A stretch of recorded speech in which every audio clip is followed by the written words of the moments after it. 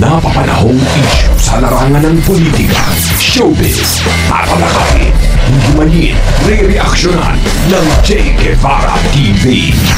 Che Guevara TV nga po pala, isang reactor ng mga viral issue na nagaganap dito sa Pilipinas.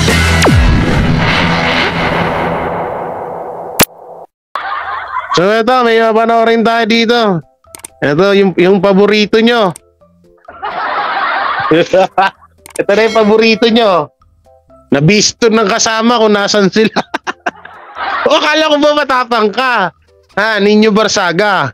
Akala ko ba matapang ka? Eh bakit nung nadulas yung kasama mo, bigla kang, oy putang ina mo. Huwag mo sabihin ko nasan tayo.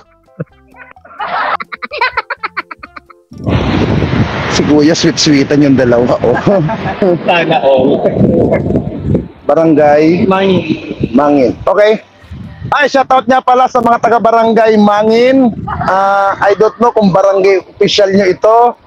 Alam nyo ba, naging jowa ko ito nung araw. Mabait ito. Huwag nyo akong tatanungin kung malaki ang batuta niya, mga putang ina ninyo. Okay? Thank you. Yeah. Yes. Tuwang-tuwa na siya sa ganun. No? Parang, alam yun, shoutout po sa mga tiga ganyan. Laki ng batuta nito. Mga butangin na ninyo. Nakakastig ba yun? Suro, nagsalaming ka pa. Sana mukha ka naman trumpo.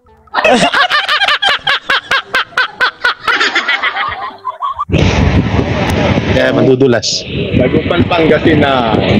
Gaga, huwag kang maingi sa location natin. Sira ba ulo mo? Nadulas yung kasama ni Bakla. Welcome to Pangasinan.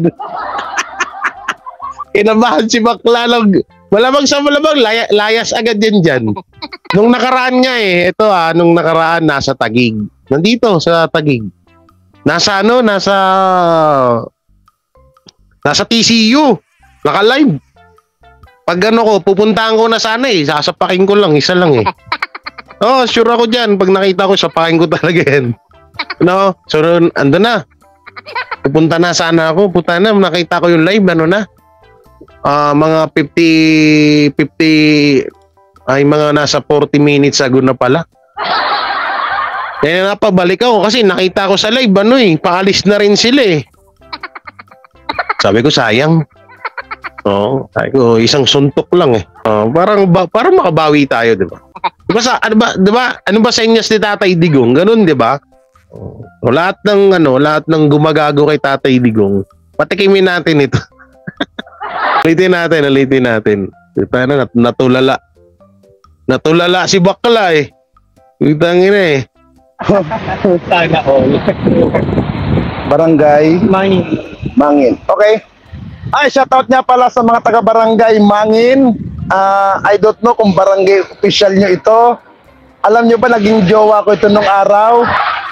Mabait ito. Mga kadiri. Kung tatanungin kung malaki ang batuta niya, putang ina ninyo. Okay. Yeah. Naging jowa. Oh, yeah. Dagupan Pangasinan. Gaga, huwag kang maingi sa location natin.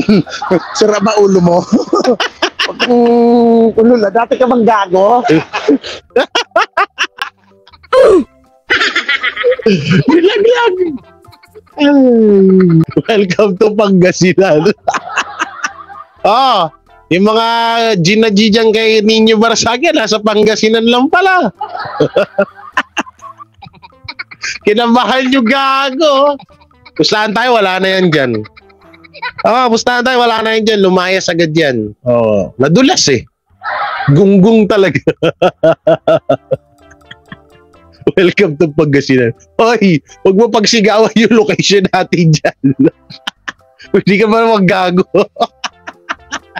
Lamura yung kasama, hindi oras no? Tara, bumubo kasi nito. Hindi kasi, eto kung ayaw nyo naman pala alam yung location nyo, sana hindi na kayo nagyayabang-yabang na nasa beach kayo. Nasa beach nga kayo, mukha naman kayo mga beach. Beach. Beach. Ano man tamang bigkas? Beach. Di ba dagat? Beach. Pag yung mura, beach. Ano man tamang bigkas nun? Hindi ko alam. Hindi ko maano eh. Gago itong ngayip to. Yung Pangasinan. Gaga, huwag kang maingis sa location natin. Sira ba ulo mo? Huwag kang... Dati ka bang gago? Sa bunutan kita, maniwala ka bakla, hindi ka mananalo sa ulo ko. Kap, dyan ka pala, nakatira, mukha kang Alam niyo, habang pinapanood ko to kanina, sabi ko, ina mo, ang bobobo nyo. Ang bobobo kasi nagbibideo-video pa, makapagyabang na ano eh. No, makapagsabi lang na naka-beach sila, nagbi-beach. Gusto mo bang beach? Gusto mo daling kita dun sa mismong resort namin? Ngud-ngud kita dun. Inin mo lahat ng mga ano dun, ng mga buhangin dun, palitan mo ng ano. Ninyo Barasaga. Ano? Alam nyo, tatandaan na lang to ng ganito. Ang hirap din kaya ano, no? Ako rin bilang palatawa din ako, no. Pero ayoko rin maging laruan dito sa social media. Tingnan si Ninyo Barasaga, ano na lang to eh. Parang laruan na lang to sa social media, sa totoo lang. Tingnan niyo yung comment sa kanya, pakinggan nyo. Shokoy. Utang inang to, mukha. Dito na ako nakatira, mukha daw ako Shokoy. Kaya daw pala, mukha ako Shokoy. Ayan. Di ba? Ang ginagawa na lang siya yung laruan eh. Di ba? Ako, minsan di ko pinangarap na maging laruan dito sa social media. No, ako ang maglalaro. Pero yung ako gagawin laruan, wala pang gumagawa niyan. Kung may gumawa man yan, ay hindi mananalo yan. Nga pala, may inaantay po pala akong tawag about dito kay Ninyo Barasaga. Ito po kasi, hindi pa to 100% kasi hindi pa tumatawag. Pero hindi ko rin papakita yung mukha nung tumatawag kasi ganito meron daw itong in-scam ng 20,000 or 30,000 dahil daw sa kasong yung nagpatulong. Paano ba kwento nun? Tingnan ko nga dito kasi mawawala na naman yung video natin. Bali yung magulang nung lalaki, nanay, lumapit kay Ninyo. Tapos yung mga panahon pala daw na yun, itong si Ninyo Barasaga, i-vlogger pa ni Duterte. Ngayon kasi, 'di ba, binilag ko yung about dun sa kakol niya, si Tatay Digong daw, magkikita daw sila. Yun po pala is mga ilang buwan na ho nakalipas yun. Panahon pa po na vlogger pa or sumusuport pa tong hayop na to kay Tatay Digong. No?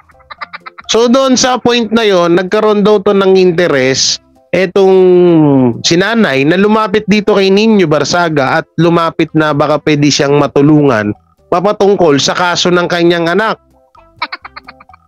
So hindi na rin natin bagitin yung kaso ng anak, no. Ngayon, nagbigay siya dito ng pera. Di umano kasi hindi pa tumatawag wala pa tayo sapat na ebidensya. Di umano. No.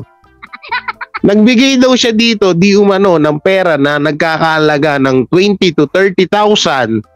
Tapos bigla daw po itong nawala. Na hindi naman lang daw kung ano yung sinabi kung saan man lang daw ginastos yung pera.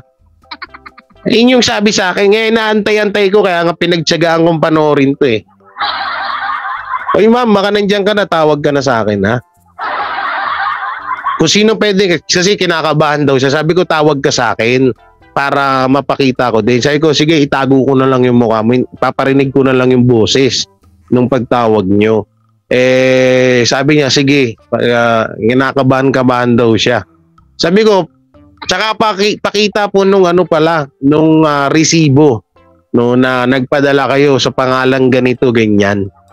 So ibibigay niya naman daw. So ito talaga bukod sa pangit na ugali, pangit pa mukha, no? Hindi kasi baka mamaya totoo din po talaga yun eh. Kasi isipin nyo dati siyang DDS vlogger. So parang ginagamit niya ata itong si BP Sara sa mga pangi-scam niya. Naku, pangit yun. Kaso ka na naman dyan. Ginagamit niya yung pangalan na BP Sara sa pang-i-scam or panghihingi ng pera sa mga tao. Na di umano, syempre, di ba? Eh kadalasan sa social media ngayon kapag may napanood ka, minsan naniniwala ka rin talaga. Katulad niya ni Nanay na naglabas nga to ng video si Nino Barsaga na magkikita sila or magmi-meeting ni Tatay Digong. No, ewan ko kung nangyari ba talaga yun. So yon, nung time na yon, nagkaroon ng interes itong matanda na lumapit sa kanya para sakaling makahingi siya ng tulong. No, baka sakaling makahingi siya ng tulong para sa anak niyang nakakulong. At hindi ko na lang din babanggitin yung kung anong kaso. Pero hindi po sa drugs. Hindi. So yun nga sabi ko, naku po, ninyo, kung totoo na naman to. Sabi ko nga sa kanya, ma'am, magano po kayo, magdemanda, magkaso po kayo. Eh natatakot naman daw sila, gusto lang naman daw nila iparating din sa social media. Sabi ko, pwede nyo naman niya sabihin kay sa Facebook page ni Ma'am ni BP Sara. Baka mas matugunan nila yan.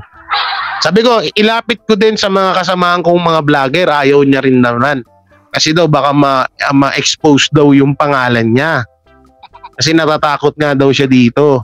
Kasi nga marami nga daw itong tropang pulis or kaibigan na pulis, kaya hindi daw natin alam kung ano daw. Baka mamaya ipabugbog daw yung anak niya dun sa loob ng kulungan. Kasi kinuwento niya na lahat, pati pangalan nung anak niya na nakakulong, lahat kinuwento niya kung saan nakakulong, saan dito, ganyan. Kaya natatakot siya. Sabi ko, kung ganyan ma'am, ayaw niya na lang, tinuro ko pa nga kay Tulpo eh. Kasi viral naman ngayon si Nino eh. Lapit po kayo kay Senator Rapi Tulfo. Baka sakaling matulungan ho kayo dyan. Kung doon po safe na safe kayo. Sa aming mga vlogger wala naman kaming kakayaan na bigyan kayo ng mga bodyguard. Senator Rapi Tulfo, pwede kayo doon. So sana, abangan niya na pag nakausap natin yung babae about dito sa pang-i-scam nito. Grabe, no? Tangina, pagkatas mo, grabe talaga ginagawa na. Siguro may mga ibang baho pa to na hindi natin nalalaman. Yung ibang baho niya medyo amoy na eh. Hindi pala medyo, matagal ng amoy. Pero yun siguro may baka ginagawa niya nga talaga tong Kasi bayaran na vlogger to eh.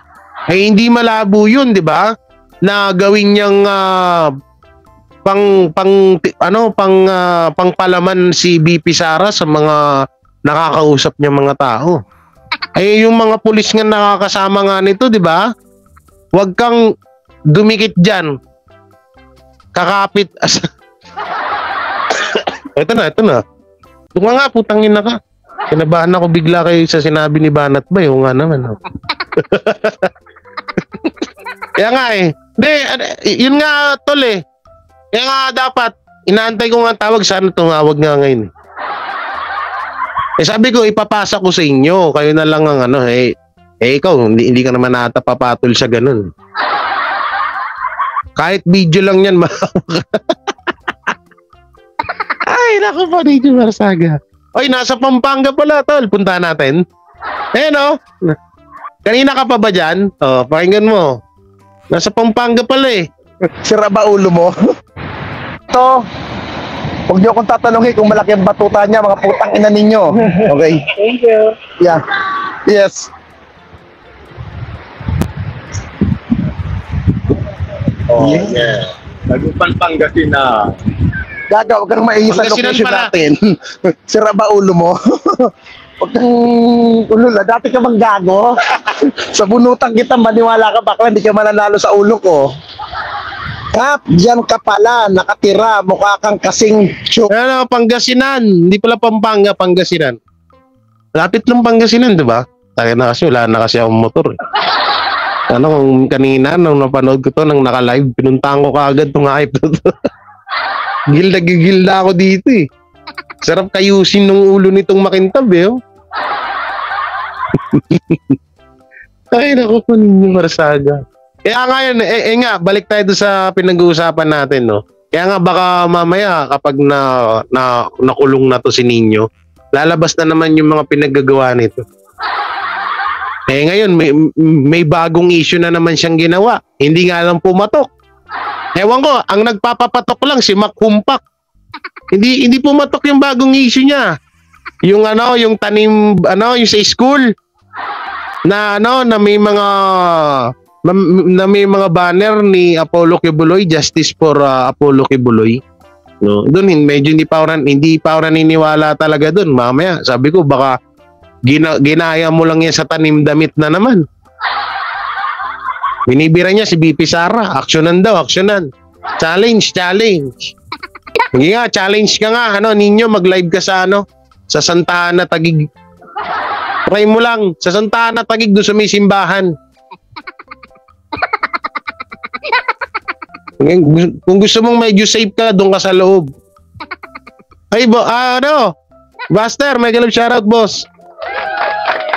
Ngayon, Ninyo Barsaga, i-challenge kita. Mag-live ka sa punta ka ng Santa Ana. Kahit doon sa munisipyo, maraming pulis doon. Okay, one time lang. Doon sa harap ng munisipyo. Sasapakin kita doon. Tangin na ito, nanggigigil ako dito sa hayop na to eh. Tatagpo rin landas nating dalawa. Panoorin pa nga natin, baka may impormasyon. Bagay, yan mo na.